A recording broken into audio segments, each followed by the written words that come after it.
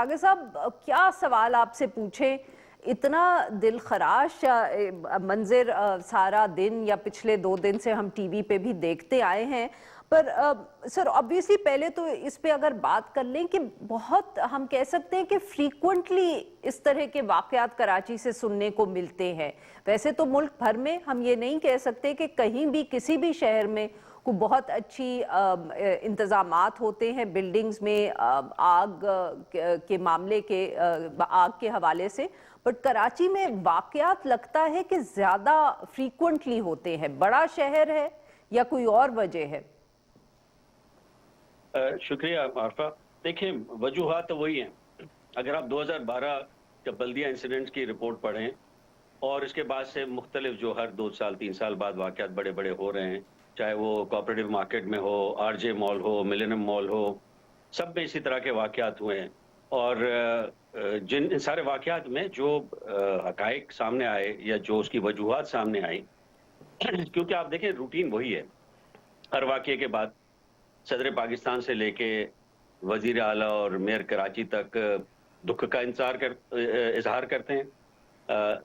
जो अहले खाना होते हैं, लवाहिकीन होते हैं, उनके साथ इजहार हमदर्दी होता है, उनको मुआवजा देने का ऐलान होता है और ये कहा जाता है कि इसी की वजूहात जानने के लिए हम इंक्वायरी करेंगे और उस इंक्वायरी की फिर एक रिपोर्ट भी आ जाती है। और रिपोर्टें अगर आप देखें तो सारी एक जैसी, वजूहात सबको मालूम है।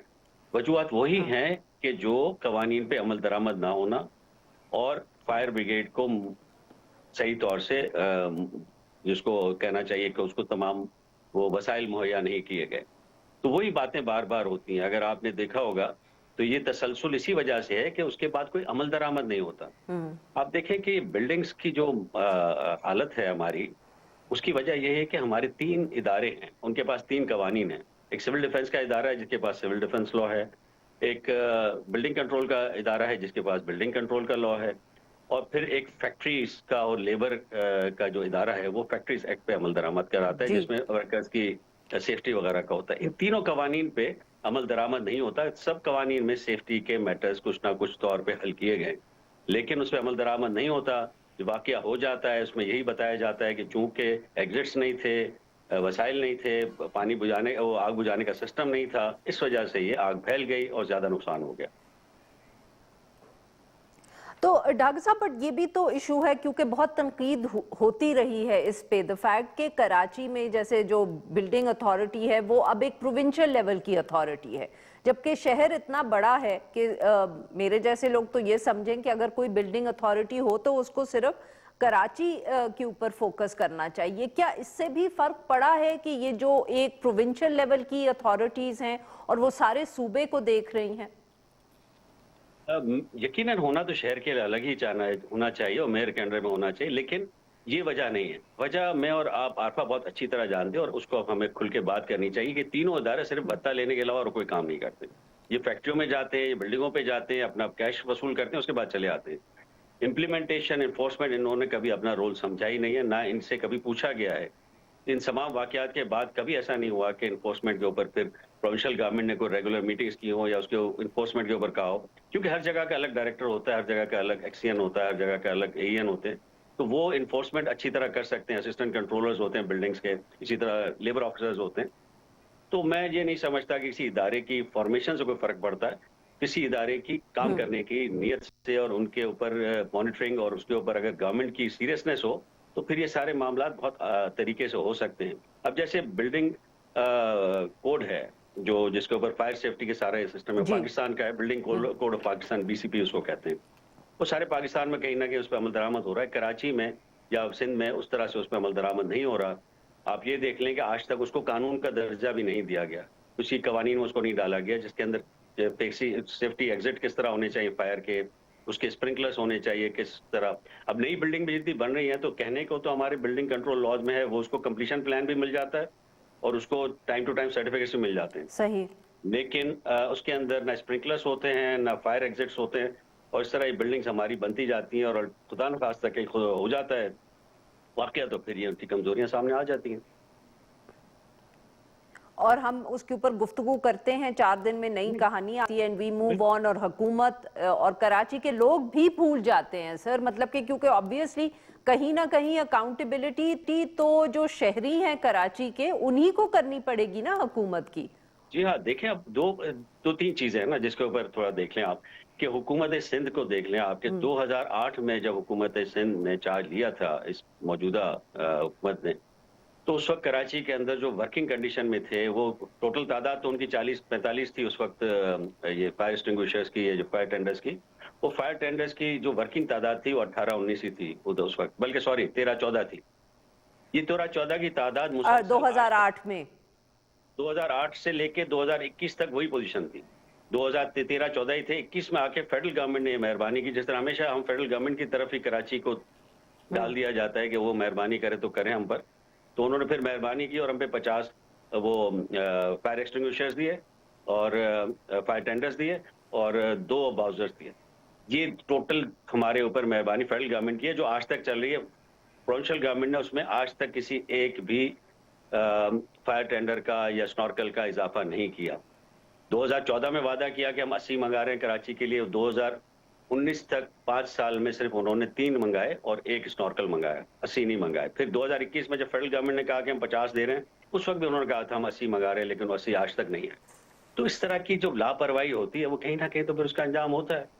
दूसरी जो बात हमें करनी चाहिए वो ये है कि हम अगर वाकयात इन सारे हम देखें तो उसके अंदर असल जो ज्यादा अमवात होती हैं, जो लोग जहां बहक होते हैं, वो जिसको कहते हैं बर्न से कम होते हैं, बल्कि उससे ज्यादा जो तादाद जिनका इंतकाल होता है वो सफोकेशन से होता है, कि धुआं भर जाता है, लोग एग्जिट नहीं कर सकते और बेचारे उसी में उनका इंतकाल हो जाता है। तो ये सारी चीजें हैं बिल्डिंग कंट्रोल की। आप खुदा के वास्ते, हर दफा वो कहते हैं कि जी हम इसका, और ये हमारे जो मेयर साहब हैं, ये आरजे मॉल का जो वाकया हुआ था उसके बाद उन्होंने कहा था कि हम तमाम जो कमर्शियल बड़े प्लाजास हैं और जितने भी हैं कमर्शियल एरियाज, उनका हम ये फायर सेफ्टी ऑडिट कराएंगे और उन पे अमल दरामद कराएंगे। आज तक एक भी जगह पे अमल दरामद नहीं हुआ, इसकी वजह से ये वाकया हुआ। गुल प्लाजा के पहला वाकया नहीं है, गुल प्लाजा में 2016 में 30 दुकानें जल चुकी हैं पहले भी। तो अब ये वाकयात बार बार हो रहे हैं, बार बार वादे हो रहे हैं, बार बार ये चीज, तो हमारे आपके बैठ के इधर गुफ्तगू करने का मुझे तो कोई सेंस नजर नहीं आता, क्योंकि इसका फिर भी कोई असर नहीं हो रहा। ये जो बच्चे, जो बेचारे हमारे नौजवान औरतें बच्चे जो भी कल जहां बाग हुए इस हादसे में, अब कभी तो मुझे उन लोगों पे बड़ा दुख होता है कि जो लोग विक्टिम ब्लेमिंग कर रहे हैं, जो कह रहे हैं कि दुकानदारों का कसूर है जी, उन्होंने अपने काम ठीक नहीं रखे हुए, तो भाई दुकानदारों को चले मान लिया कसूर है, लेकिन जो उधर खरीदारी करने लोग गए थे उनका क्या कसूर है? क्या वो ऑडिट करेंगे सारे पहले किसी शॉपिंग सेंटर में जाने से पहले खरीदार, या ये अवाम का, ये हुक्मरानों का काम है करना?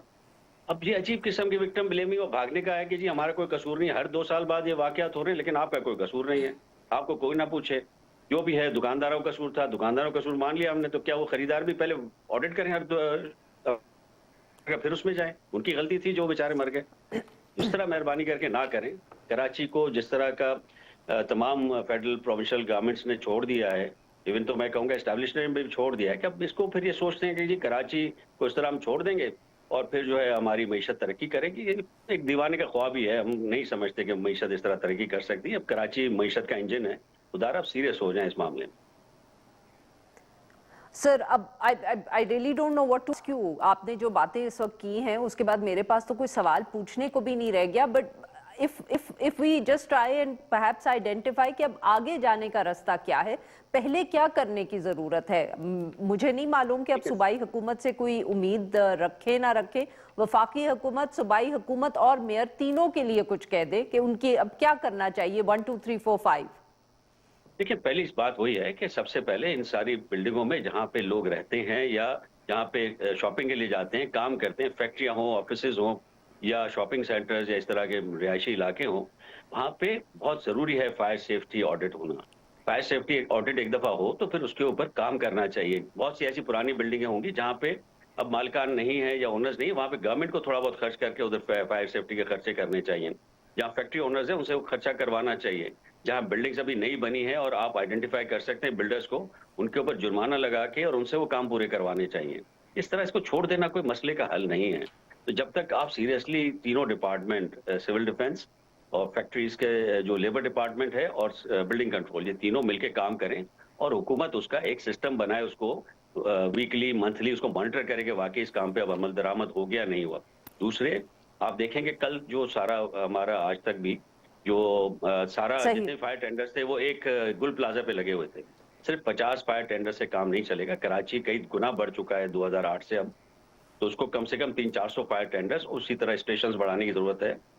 तो फायर फाइटिंग सही। कैपेसिटी अपनी इम्प्रूव करें। ये 2 चीजें कम से कम गवर्नमेंट को करनी चाहिए। इसके बगैर आप जो है कराची को हमेशा खतरा खतरा से दो चार करके ही रखेंगे।